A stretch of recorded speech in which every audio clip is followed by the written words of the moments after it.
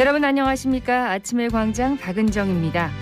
국토교통부와 교통안전공단이 매년 전국 시군구 주민을 대상으로 운전 행태와 보행 행태, 교통안전 이 3개 영역을 조사해서 교통문화지수를 발표합니다. 대구와 경북 대부분 지역이 전국 평균에 미달해 지역 교통문화 수준이 낮은 것으로 나타났는데요. 대구 달성군이 가장 높은 84.86점을 받아서 유일하게 A등급을 기록했고요. 대구 수성구와 달서구가 각각 B등급을 받았을 뿐 나머지 지역은 모두 C, D, E등급에 머물렀다고 합니다. 전반적으로 운전자의 안전띠 착용과 횡단보도 정지선 준수, 보행자의 횡단보도 횡단 중 스마트 기기 사용 여부가 개선이 필요한 것으로 분석됐는데요. 교통문화 수준을 높이는 데는 운전자의 역할이 크지만 이 보행자와 안전한 교통환경을 만드는 지자체의 몫도 클 겁니다. 교통안전에 대한 인식 개선과 실천이 더해져서 지역의 교통문화 한 단계 높일 수 있도록 노력을 해야겠습니다. 1월 27일 금요일 아침의 광장, 먼저 이 시각 교통 상황과 날씨 듣겠습니다. 윤가영 리포터. 네, 먼저 고속도로입니다. 고속도로 위쪽으로 달리실 때는 오늘은 더욱 차간 거리 넉넉히 두고 이동하셔야겠습니다. 특히 터널 출구는 내리막인 곳이 많고 응달이기 때문에 노면이 빙판이 된 경우가 많으니까요. 출구에서는 반드시 서행하셔야겠습니다. 중부내륙고속도로 창원 방향으로 성서 나들목부터 속도 줄입니다. 이어 남대구 나들목까지 구간 서행으로 이동하고요. 반대 방향으로는 남대구 나들목에서부터 성서 나들목 빠져나올 때까지도 차간 간격 좁히겠습니다. 이어서 시내도로입니다. 먼저 작업 중인 구간이 있는데요. 북비산로 달성 내거리에서 북비산 내거리 방향으로 북비산 내거리 100m 못 간 지점 1차로 쪽으로 작업이 진행되고 있고, 신천대로는 서대구 나들목 방향으로 칠성 고가차도 위쪽에서부터 답답합니다. 이어 경대교 지나 도청교까지도 많이 밀리는 모습이고, 학정로 구리 내거리에서 54단 정문 방향으로 54단 정문 쪽 신호에 따라 몰림과 풀림 반복합니다. 구암로는 우남교 내거리에서 70 나들목 내거리 방향으로 서행으로 이동하고요. 대학로는 복현 오거리에서 경북대학교 서문 3거리 방향으로 신호 2번 정도 예상하셔야겠습니다. 동북로는 큰고개 오거리에서 복현 오거리 방향으로 신호 주기에 따라 가득 몰렸다 이동하는 모습이고, 달구벌대로는 만촌 내거리에서 범어 내거리 쪽으로 범어 내거리 신호 앞두고 답답한 모습 보입니다. 국도 쪽으로는 노면이 결빙된 곳이 곳곳으로 있습니다. 안전거리 넉넉히 두고 감속 운전하셔야겠습니다. 마지막으로 날씨입니다. 어제는 한파의 기세가 잠시 주춤했는데요. 오늘부터는 다시 추위 대비 단단히 해주셔야겠습니다. 낮 기온이 크게 오르지 않는데요. 지역별로 살펴보면 대구와 영천, 경주가 0도, 김천과 안동이 영하 2도, 영주가 영하 4도로 예상됩니다. 주말에도 기온은 크게 오르지 않을 것으로 보입니다. 현재 대구의 기온은 영하 4.5도, 습도는 55%입니다. 지금까지 윤가영이었습니다. 지역 시사정보 프로그램의 중심, KBS 대구 제1라디오 아침의 광장을 듣고 계십니다. 금요일 아침의 광장입니다. 8시 33분 지났습니다. 자, 오늘 아침 지역의 주요 뉴스부터 살펴보겠습니다. 뉴스민의 천영길 기자, 오마이뉴스의 조정훈 기자 함께합니다. 두 분 어서 오세요. 네, 안녕하십니까. 예, 첫 소식은 뭔가요? 네, 우리 사회에 오래된 문제들이 있는데요. 이 원자력 발전소에 대한 이 찬성과 반대를 떠나서 이 고준위 방사성 폐기물을 어떻게 처리해야 되냐. 현재까지는 이 방사성 폐기물을 처분할 수 있는 처분 시설이 없는 상황이거든요. 예. 때문에 이 고준위 방사성 폐기물 관리에 관한 이 특별법이 지금 국회에 3가지가 상정돼 있는데, 어제 이 공청회가 열렸습니다. 이 고준위 핵폐기물 최종 처분장 부지 선정과 또 건립을 위한 절차와 이 정부 책임을 규정하는 내용이 담긴 법안인데, 어제 공청회에서는 에너지 전문가 그리고 환경단체 등이 모여서 여러 가지 의견을 나눴습니다. 특히 이 고준위 핵폐기물 처분과 관련된 특별 법안 이 통과를 좀 주장하는 쪽에서는 이 정부가 바뀌더라도 이 고준위 핵폐기물을 처리할 수 있는 이 근거가 필요하고, 이 지역 주민들의 신뢰를 얻어서 이 장소를 지정하는 이 절차가 필요하기 때문에 이 특별법이 내용에 담겨야 된다라고 하는 의견이 나왔습니다. 이 최종 처분장 건설을 이 정부가 이 추진할 수 있도록 힘도 실어줘야 된다라고 예. 하는 의견도 나왔습니다. 반대 의견도 있었겠죠. 네, 반대 의견도 있었습니다. 지금 특별법에 담긴 내용에 대해서 이 경주 환경운동연합 쪽에서는 이 사회적 합의가 본질인데 사회적 합의 논의 없이 지금 법안 통과가 우선되고 있다라고 지적을 했고요. 예.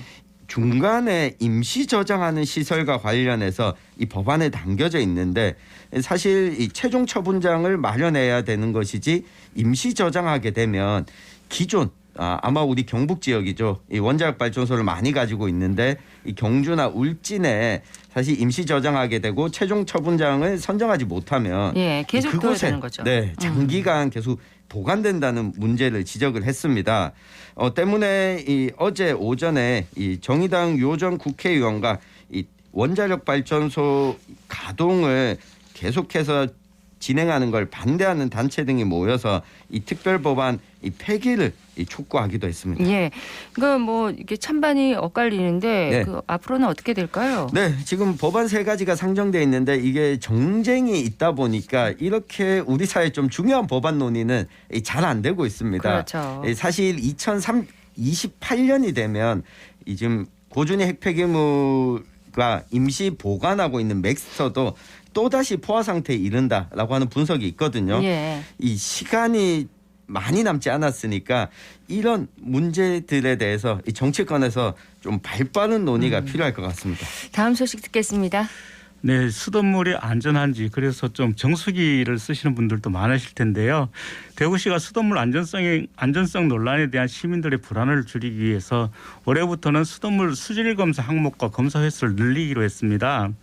대구시 상수도 사업본부는 수돗물 검사 항목을 지난해 315개에서 올해는 320개로 그리고 상수원사 검사 항목을 지난해 305개에서 올해는 310개로 확대를 하겠다 이렇게 밝혔습니다. 예. 조류경보 발령 단계에 따라서 일주일에 한 차례에서 3차례 정도 검사를 해왔었는데요. 올해부터는 일주일에 2~3차례부터 매일 검사하는 방안 등도 검토를 하기로 했습니다. 예, 추가로 검사하는 항목은 뭔가요? 네, 우선은 그 마이크로시스틴 LY 그리고 마이크로시스틴 LF 또 실린드로스퍼 몹신 등 조류독소 3개의 항목입니다. 그리고 잔류농약 물질인 헥사코나졸과 산업용 유해유기물인 5메틸벤조트리아졸 등 5개 항목입니다. 예. 맹독성 발암물질인 조류독소 검사 항목은 현재 7개인데요. 10개로 늘어나게 되는 것입니다. 상수도 사업본부는 하절기 평균 기온 상승과 강수량 감소로 낙동강의 남조류가 대량 번식을 하면서 발생할 우려가 있는 마이크로시스틴 LY 등 3개를 추가해서 총 10개의 조류독소를 검사를 하게 된다 이렇게 설명을 했습니다. 예, 이렇게 검사 항목과 검사 횟수를 더 늘리는 만큼 시민들이 좀 더 안전하게 믿고 마실 수 있도록 관리를 좀 더 잘 해주시기를 부탁을 드립니다. 소식을 하나 더 들을까요? 네, 중대재해처벌법을 시행한 지 1년이 지났습니다. 중대재해가 과연 줄었는가? 그리고 이 법이 실질적으로 제대로 작동했는가 여러 의견들이 나오고 있는데요. 지난해 고용노동부가 이 재해조사 대상 사망사고 발생 현황을 발표를 했는데 산업재해 사망사고가 611건이 전국적으로 나왔고요. 네. 사망자는 644명이었습니다. 이 중에서 이 대구와 경북 지역에서 63명이 또 일터에서 목숨을 잃었는데요. 그런데 63명이 중대재해처벌법 위반 중대재해를 당하고 사망을 했지만 이 기업을 기소한 사례는 한 건인 것으로 나타났습니다. 한 건이요? 네, 지난해 3월에 이 달성군의 신축공사 현장에서 발생한 이 노동자 사망 사고에 처음으로 기소가 됐는데 지금 첫 공판이 열렸는데 아직까지 처벌까지 이루어지지는 않았거든요. 이 고용노동부가 중대재해처벌법 시행 1년에 이 경과를 살피고 개선책을 찾겠다 이렇게 발표를 냈는데 노동계에서는 좀 이게 지지부진하다. 네. 오히려 중대재해처벌법은 무력화한다라고 하는 이 비판을 하면서 이 대구 지역에서도 이 비판의 목소리가 나오고 있습니다. 자, 지역 소식 여기까지 들었고요. 이슈 토크로 넘어가겠습니다. 오늘 살펴볼 이슈는 뭔가요? 네, 요즘 가장 큰 이슈입니다. 러시아와 우크라이나 전쟁 등으로 각종 에너지 가격이 좀 급등하면서 이 난방비 부담이 커지고 있습니다. 여기다 정부가 2분기 가스 요금에 추가 인상을 예고하고 있어서 앞으로 난방비 부담이 더 커질 전망인데 이 내용 한번 살펴보겠습니다. 요즘 정말 난방비 폭탄 맞았다 이런 분들 정말 많으시더라고요. 네, 맞습니다. 저희 집도 거의 2배 가까이 나와서 깜짝 그러니까요. 놀랐는데요. 최근에 예전보다도 크게 오른 난방비 고지서를 받아들고 놀라신 분들이 많이 계실 겁니다. 지난해 12월과 올해 1월 난방비 고지서를 비교하신 분들은 폭탄 수준이다 이렇게 얘기를 하고 있는데요. 지난해 겨울과 비교를 해서 거의 2배 가까이 올랐다라고 얘기를 하고 있습니다. 어떤 분들은 보일러를 아껴 틀어서 지난해 같은 날과 비교를 했을 때 사용량은 줄었는데 오히려 요금은 늘었다 이렇게 얘기를 하고 있고요. 이 때문에 온라인상에서는 가스비가 관리비 수준이다 또는 관리비에 또는 가스비에 내 집에 살아도 월세 사는 기분이다 이런 이야기를 하는 분들도 많이 계십니다. 난방비가 급등해서 상당히 부담스럽다 이런 내용이 많이 있습니다. 그렇습니다. 난방비가 얼마나 올랐기에 이런 얘기가 나오는 걸까요? 네, 한국도시가스협회에 따르면 이달에 대구 주택난방 도시가스 소매요금은 1메가줄당 20.65원으로 지난해 같은 기간보다 36.4% 올랐습니다. 이 소매요금이 이렇게 오른 건 도매요금이 올랐기 때문인데 지난해 가스 도매요금은 주택용을 기준으로 4차례에 걸쳐서 5.47원 올랐습니다. 1년 사이에 인상률이 42.3%였던 거죠. 예. 그런데 지난해 뭐 여러 차례 인상을 했는데 왜 갑자기 지금 시점에서 이렇게 난방비가 급등했을까? 보면 이 봄, 여름, 가을에는 난방을 크게 하지 않죠. 사용하지 않다 보니까 이 물가 인상을 체감하지 못했는데 이 겨울이 시작되면서 지난달 난방비 고지서를 받아들고 요금 인상 폭이 크다는 걸 느끼게 된 겁니다. 이제 느끼게 된 겁니다. 네, 그래서 저도 직접 한번 찾아봤는데 제가 21평짜리 공동주택에 사는데 지난해 같은 기간에는 68,000원이 나왔더라고요. 예. 그런데 이번 달에 받아든 고지서를 보니까 121,000원이 나왔습니다. 2배네요. 네, 여지껏 이 10만 원을 넘긴 게 처음이었는데 네. 실제로 이 많은 분들이 2배 가까이 올랐다는 걸 체감했구나 확인을 할 수 있었습니다. 이렇게 난방비가 급증한 게 러시아 우크라이나 전쟁의 영향이 크다면서요? 그렇습니다. 러시아 우크라이나 전쟁 국면에서 LNG 가스 공급이 원활하지 않았기 때문에 글로벌 에너지 수급난이 심화됐었습니다. 여기에다 환율 상승 여파로 수입 가격이 급등을 했기 때문인데요. 산업통상자원부에 따르면 지난해 12월 LNG 수입 가격은 톤당 1,255원이었습니다. 2021년 12월과 비교를 한다면 40.5%가량 상승을 했는데요. 예. 지난해 국내 LNG 수입 물량은 1년 전보다도 1%밖에 늘지 않았습니다. 그렇지만 같은 기간 수입액은 254억 달러나 됐습니다. 약 31조 5천억 원이었는데요. 그런데 올해는 500억 달러로 약 62조 원대로 역대 최고액을 기록을 했습니다. 그렇군요. 도시가스가 아닌 지역 난방으로 난방을 하고 있는 연료요금도 많이 올랐는데요. 한국지역난방공사에 따르면 1메가칼로리당 주택용 열 사용요금은 지난해 3월 말까지는 65.23원이었는데 세 차례 인상이 되면서 10월에는 89.88원까지 올랐습니다. 작년 한 해 인상률만 37.8%에 이렇게 된 겁니다. 근데 이게 다가 아닌 게 2분기에 또 오른다면서요? 그렇습니다. 이 가스를 들여오는 과정이 보면 한국가스공사가 이 천연가스를 수입해가지고 오면 이걸 지역의 도시가스를 보급하는 곳에 다시 판매를 합니다. 네. 그런데 이 가스공사가 이 급격한 인상을 좀 막기 위해서 이 실제 구입한 가격보다 싸게 공급을 해왔습니다. 지금까지는요? 네, 때문에 이 가스공사의 미수금이 이 지난해 약 9조 원으로 이 추정을 하고 있거든요.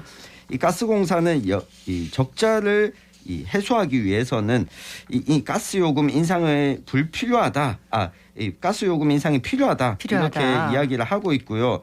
이 산업통상자원부는 이 지난해 주택용 가스요금을 메가줄당 5.47원 인상한 데 이어서 올해는 지난해보다 인상폭이 더 큰 이 8.4원에서 최대 10원 정도를 인상해야 가스공사의 영업적자를 해소할 수 있다고 보고를 했습니다. 자, 이런 난방비 급등에 서민들 특히 취약계층의 겨울나기가 더 혹독해졌습니다. 그렇습니다. 난방비 급등은 저소득층에 더 큰 타격을 주는 것으로 분석이 됐는데요.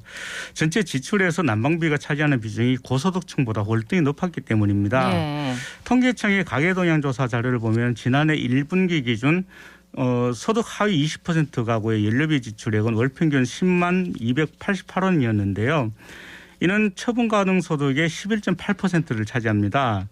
반면에 지난해 1분기 소득 상위 20% 가구의 월 평균 연료비 지출액은 16만 6,915원이었습니다. 처분 가능 소득의 2.0%를 차지하는 데 그쳤거든요. 예. 이렇게 보면 증가율만 보더라도 지난해 1, 3분기 소득 하위 20% 가구의 연료비 지출액은 월 평균 6만 6,950원이었습니다. 그 전년 동기에 비해서는 12.4%가 늘었는데요. 같은 기간 소득 상위 20%는 11만 1,352원에서 11만 8,904원으로 6.8% 늘어나는 데 그쳤습니다. 예, 전체 지출에서 난방비가 차지하는 비중이 이제 저소득층이 월등히 높다는 그런 얘기를 해주신 건데 대책을 마련해야겠습니다. 대통령실이 어제 에너지 바우처 지원을 확대하겠다고 밝혔는데요. 네, 긴급하게 할 수 있는 대책을 대통령실에서도 좀 밝힌 건데요. 이 에너지 바우처 기초생활수급 가구 중에 이 117만 가구 중에 가구에 대해서는 이 겨울에 한시적으로 지원 금액을 기존 15만 2천 원에서 이 2배 인상하기로 했고요. 이 추가적으로 가스공사의 사회적 배려 대상자 160만 가구에 대해서는 요금 할인폭도 확대하기로 했습니다. 이 기존의 할인폭보다 이 2배 늘리기로 했습니다. 예, 취약계층이 뭐 비할 바는 못 되겠지만 서민들도 난방비가 부담되기 때문에 서민들을 위한 난방비 지원 대책도 좀 있어야 될 것 같은데요. 그렇습니다. 우선 야당을 중심으로 추경을 편성해야 한다 이런 주장이 나오고 있는데요. 정부는 추경은 전혀 생각을 하지 않고 있다 이렇게 밝히고 있습니다. 이재명 더불어민주당 대표는 에너지 기업들로부터 횡재세를 걷어서 7조 2천억 원의 에너지 고물가 지원금을 지급을 하자 이렇게 제안을 했었는데요. 진보당 대구시당도 저소득 취약계층에게 에너지 바우처를 확대하라 이런 요구를 하고 있습니다. 예. 그리고 또 에너지 재벌들에 대해서 횡재세를 도입해서 복지기금을 만들고 전 국민에게 에너지 재난지원금 10만 원을 한시적으로 지급하자 이렇게 요구도 하고 있습니다. 에너지 재벌들에게 횡재세를 도입해야 한다. 횡재세가 뭔가요?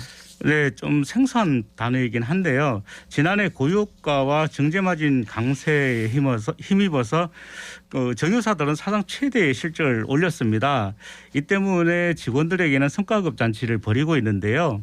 현대오일뱅크 같은 경우는 기본급의 1,000% 그리고 GX 칼텍스 같은 경우는 기본 연봉의 50%를 성과급으로 지급하기로 결정을 했다고 합니다. 예. 이 때문에 지역 정치권에서는 정유사들이 국내 LNG를 우크라이나 전쟁 전에 직수입으로 싸게 사와서 전쟁 이후에 가격이 급등하자 비싸게 팔면서 폭리를 취했다 이렇게 지적을 하고 있습니다. 이 때문에 에너지 위기 상황에서 폭리를 취한 횡재한 금액에 대해서 횡재세를 도입을 해야 한다 이렇게 정부에 촉구를 하고 있는 것입니다. 네. 이런 상황에서도 이제 이득을 얻은 그런 기업들에게는 횡재세를 도입해야 한다. 이런 주장을 하고 있는데 자, 난방비 급등을 놓고 정치권에서 책임 공방이 이렇게 뜨겁고 온라인상에서는 난방비를 한 푼이라도 줄이기 위한 서민들의 눈물겨운 방법들이 공유되고 있습니다. 자, 급등한 난방비 문제 어떤 대책을 좀 더 세워야 할까요? 네, 저는 뭐 도시가스를 많이 사용하는 사람들을 위해서 이 보편적으로 가격 자체를 다 낮추기는 어려울 거라고 봅니다. 그러면 더 넓은 곳에서 더 많이 쓰는 사람에게 더 많은 혜택이 돌아가지 이 저소득층이나 에너지 취약계층에 이 혜택이 많이 돌아가지는 않거든요. 그렇죠. 네, 그리고 이 도시가스 미공급 지역에 대한 난방 대책도 같이 논의가 필요합니다. 이 대도시권에서는 절대 다수가 도시가스를 사용하지만 이 경북 지역만 하더라도 이 중소도시와 농촌 지역은 도시가스 보급률이 10%대인 곳들도 있거든요. 매우 떨어지네요. 네, 등유 가격은 이미 2배 이상 폭증했는데 여기에 대한 대책은 그동안 좀 마련돼 있지 않았었다. 그래서 전반적인 에너지 이 취약 지역과 취약 계층에 대한 집중 지원이 좀 필요하지 않나 싶습니다. 예. 네, 정치권에서는 서로 남탓만 하고 있는데요. 그러지 말고 최소한의 난방비 가능한 수준으로 에너지 바우처를 좀 확대를 해야 되지 않나 이렇게 생각을 하는데요. 특히 각 지자체들도 취약계층 긴급 지원책 대책 마련에 나서고 있습니다. 그렇지만 대구시는 아직 대책을 내놓지 않고 있는데 대구시도 대구 시민을 위한 대책 마련에 적극적인 노력을 기울였으면 좋겠습니다. 네, 뉴스미는 천영길 기자, 오마이뉴스 조정훈 기자였습니다. 두 분 고맙습니다. 감사합니다.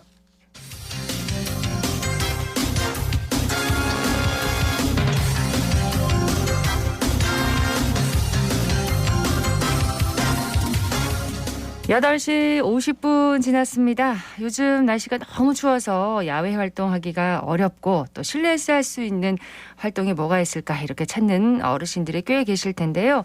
대구 수성구에 있는 고산 노인복지관에서 어르신들이 참여할 수 있는 노년 사회화 교육이 진행되고 있다고 하네요. 서유리 리포터 현장 다녀왔다고요? 네, 노년 사회화 교육은 평생교육과 취미여가로 나눠지는데요. 이 평생교육으로는 스마트폰 활용하는 법, 또 생활중국어와 일본어 교실 등이 열리고 취미여가 프로그램으로는 아코디언과 하모니카 같은 음악 강좌, 또 댄스 스포츠, 라인 댄스 같은 댄스 강좌도 있고 이외에도 서예와 탁구, 스크린 파크 골프까지 정말 다양한 프로그램이 마련돼 있습니다. 현장 소리와 고산노인복지관의 담당자 이야기 들어봅니다.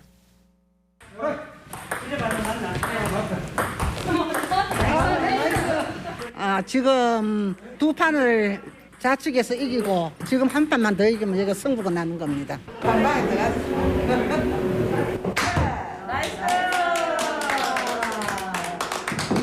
기본 스텝 제자리에서 카운트가 한번 짚어보도록 하겠습니다. 여자는 오른발 원투, 남자 스텝은 왼발 원투.